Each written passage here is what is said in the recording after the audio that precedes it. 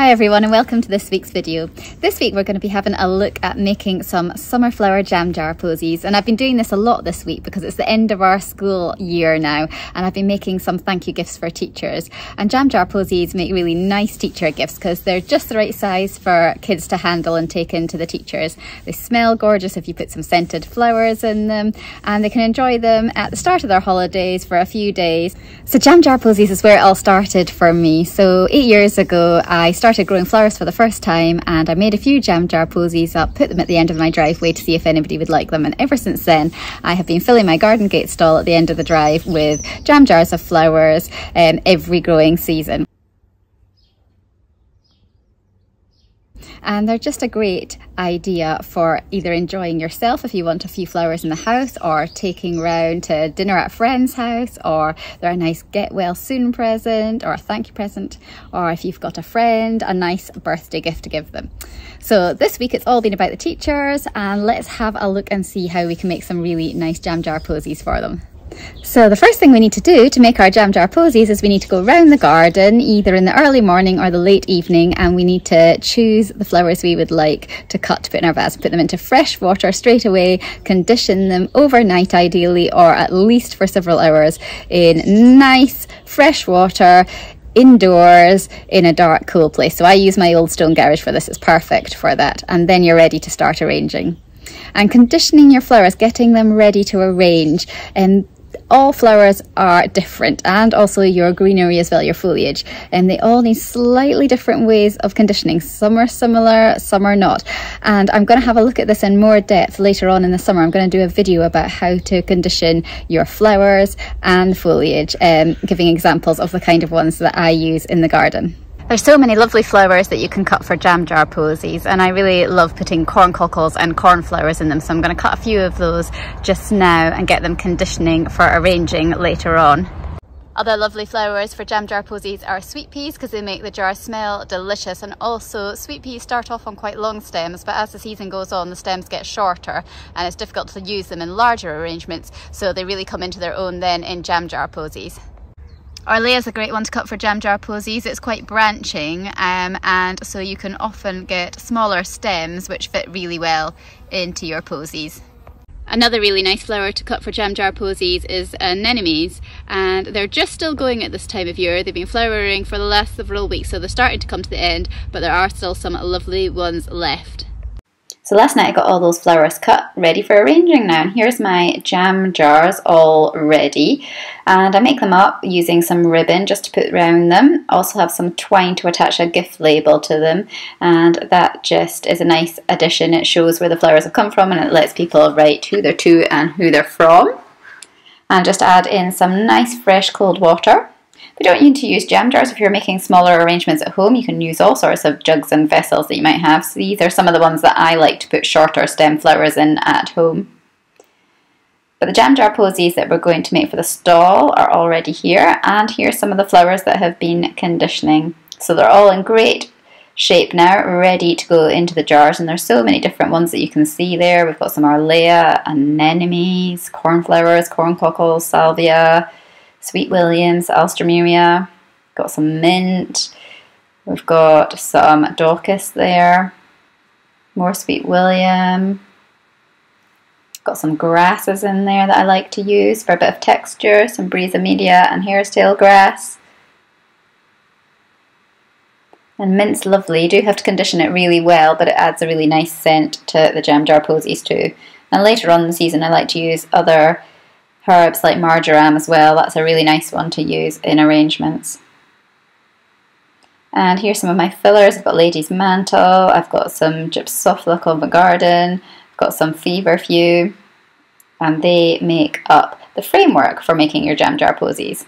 And then we've got our cornflowers and our sweet peas, some Phacelia there. The cornflowers come in lots of different colours, as do the sweet peas. So starting off, we need to make a framework for some of our flowers to go in. So we're going to have some filler flowers here. You can use some foliage if you like. At this time of year I use Lady's Mantle quite a bit because it is in bloom just for the next couple of weeks. But at other times I might use some snowberry foliage, or I might use some eucalyptus. Depends on the time of year and what is working well, as long as the foliage is well conditioned and it's not going to wilt. Got some nice feverfew here that's literally just come out in the last week, and it's really great. I really love its small daisy-like flowers. And we've got some Gypsophila Covent Garden as well. And again, that branches, so you can use much taller stems in bigger arrangements, and then you can use some of the branching side shoots in your jam jar posies. And I like to just see how tall the stems are, because for jam jar posies you might need to snip them down a bit so they're just the right height and not too tall. So I'm just going to snip that lady's mantle there so that I can make it a little bit shorter and then try it out in the vase. So next up I'm going to add a bit of feverfew in with my lady's mantle, and I think that one's just at the right height, so I'm just going to add it in there beside that, and a bit of Gypsophila as well. And you can see it's starting to build up a nice framework now of these different flowers. I'm going to choose some more feverfew from over here. So you can put as much of this in as you want to, just to build it up in the jam jar. So put that last bit of feverfew in there, and then I think that's complete for making the first framework there. And I'm just going to tidy up some of my snipped off ends so that we can get the next flowers out. And I think this time I'm going to put some Daucus in. Daucus is absolutely lovely, and it's just started to flower at the moment. And I've got some white Daucus, and I've also got some red tinged Daucus in the garden. And I love its nice, strong, sturdy stems that you can see here. And it does grow some very, very tall stems, so they're great for bouquets. But also it does have some shorter ones as well that you can use in jam jar posies. And next I am going to use some Alstroemeria. Now this Alstroemeria is something that I've grown in the greenhouse. I do grow some outside, but it's not ready to flower yet. My greenhouse grown Alstroemeria comes on quicker. And it's the shorter stem varieties that I grow in the greenhouse. The taller ones I grow outside. And it's quite variable as to how well it does outside. Sometimes I'll get some really good years, and other years it won't be so good, but I'm always guaranteed to get some with the ones in the greenhouse. I'm just going to tuck that in the back there, and I was removing the excess leaves, so again you don't want any leaves on the foliage below the waterline. So it's the same with this mint here. I'm just going to remove the excess leaves that I think will be below the waterline, and normally I'd be a bit better at doing this, but it's a bit tricky to do it one-handed while I'm holding the camera with the other hand. But that should be ready to go in the jar now. This variety of mint that I've popped in the jar there is apple mint. And it's quite prolific in the garden. It does tend to spread, so if you want to contain it, you're best to grow it in a pot.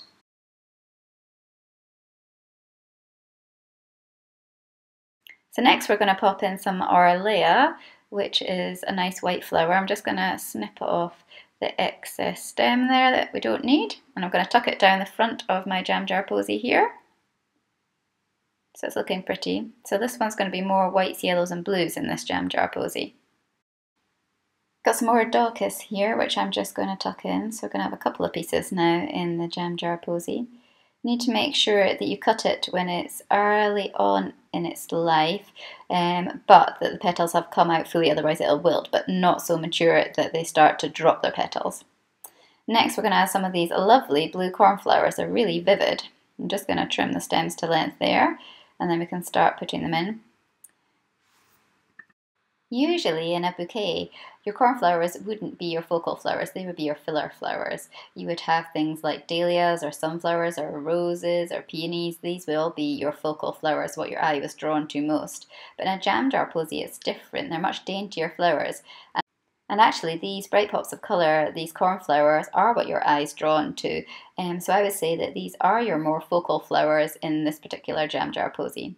So we're just going to pop some in all the way around the jam jar and make them look nice. Sometimes odd numbers look nice in a display, so 3s, 5s, 7s. I'm just going to tuck these all around about.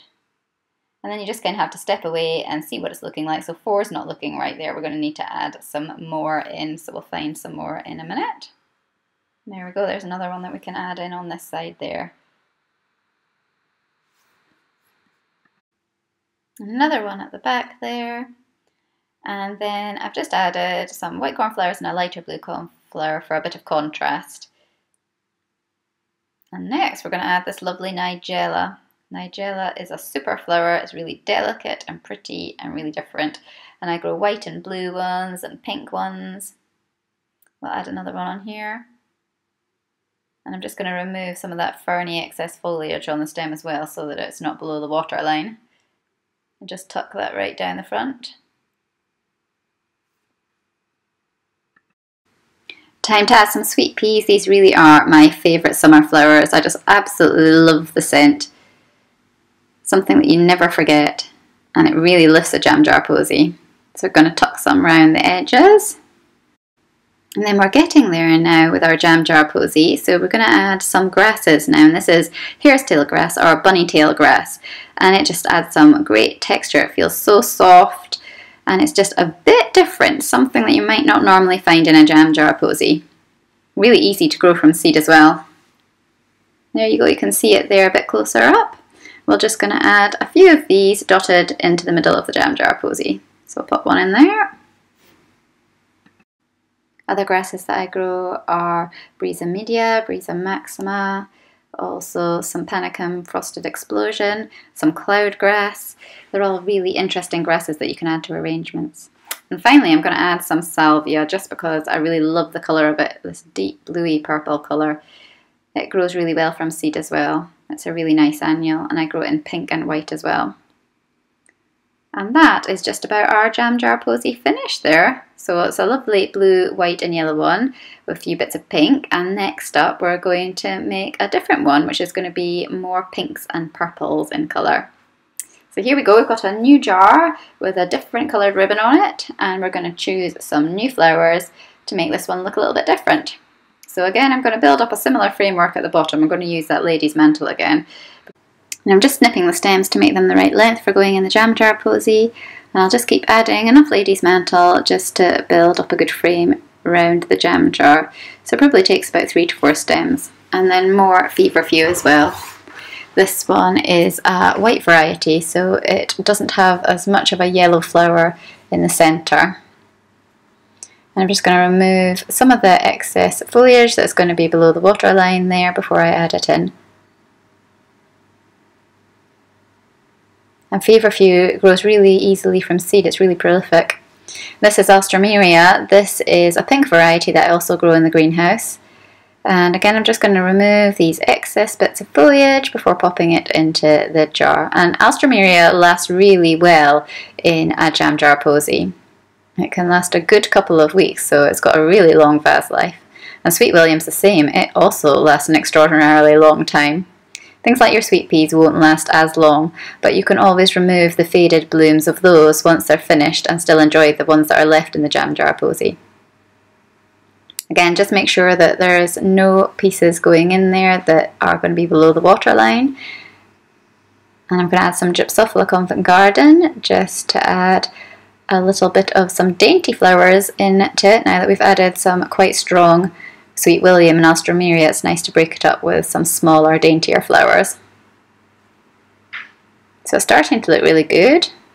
Just need to add in a little bit more Sweet William around the other side so I've balanced it out. So that's 3 stems there, which looks good together. And it's just got a little bit of excess foliage there on the side. That stem needs to be removed, and then we can pop it into the jar.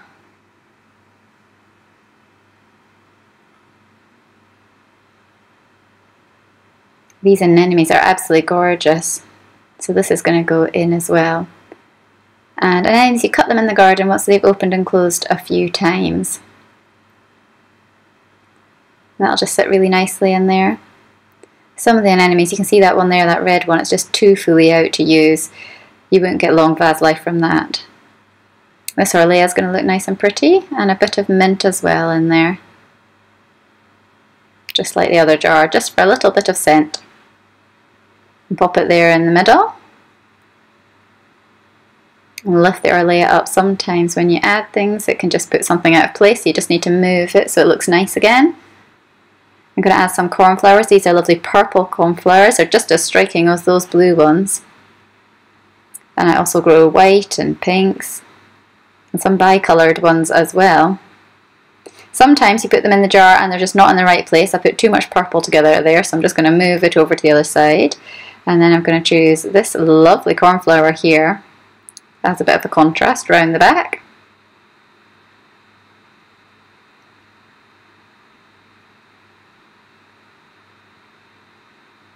Then we're going to add some Phacelia. Now some flowers do keep on growing when they add them to a vase. So things like Hesperus in May does this, and Phacelia is another one that does this. So I quite often tuck it down a little bit lower than I would want it to be, just to give it that room to grow overnight. Otherwise you end up putting your Phacelia stem in and it might be the same as all the other flowers in your jar, but the next day you'll find that it's towering above them all and it can look a little bit silly. So it's good just to tuck it down just that little bit. Starting to really come together now and look good. We're going to add some Candy Tuft. That's another nice annual that you can grow from seed. And this is actually a self-seeded Candy Tuft because I didn't actually grow it this year, but it's come away again itself in a pot in the garden, so I thought it would be quite nice to add it in. So here's some anemones again, and as you can see here, those ones on the left really are hugely out. They're too far past their best, so I'm going to enjoy them in the house myself for a couple of days, but they're not good enough to sell. So this one here is better because it's only just starting to open. It's been opened and closed a few times in the garden, and it's starting to open for the day, and it will last a nice long time in the vase. It's got a lovely big strong sturdy stem on that this year. My anemones have been really good, probably the best that they have been in terms of length and strength of stem. So I'll just tuck it in the back there. So what our jar is missing is these lovely sweet peas. So I've got some bright pink ones here that I'm going to add in for some lovely colour and scent. And then we'll be starting to finish off our jar. There's another nice sweet pea there that I'm going to add in. And just tuck it around the side. So like I said, sweet peas last maybe 3 to 4 days, and then you can just remove them from your jar and continue to enjoy the flowers while they last a bit longer, because the other ones like that Sweet William and that Alstroemeria will go on, and the cornflowers as well. And these corn cockles are absolutely lovely. They're going to go into the jar. Again, they have nice sturdy stems. I'm going to just pop them in, nice purple colour. That contrasts a bit with the cornflowers as well. They're not exactly the same shade, so they stand out from each other. Pop another one down there. So we've got a lot of purple going on in our vase. I'm just going to add in some light pink cornflowers as well, just for a little bit of a contrast, all that purple. So they'll be able to just tuck in there down the front. Just adding the finishing touches with a few more lighter coloured sweet peas. And look at that, that's looking really good. I think what it needs though is a little bit of texture from some Brisa Media grass. Look at that, they're absolutely stunning. So we're going to add a little bit of that into the jar. So I'm doing a whole series of videos that I've been building up over the last few months, just filming a little bit as I've sown the seeds and as the seedlings have come up and as they've come into flower and things. And one of the ones that I'm hoping to do, it'll probably come out in the winter months, is one on growing grasses for flower arranging, because there's so many lovely ones and they do just add a little bit of texture and they catch the light. And they're just really pretty. I like them. I like to make things a little bit different, which you might not find in your standard bunches from the supermarket. Really like these grasses. That's 3 of them in there now, just adding those nice final touches. And then just to balance it out, I'm going to add a last pink cornflower in there to balance the one on the other side. And that's it all finished.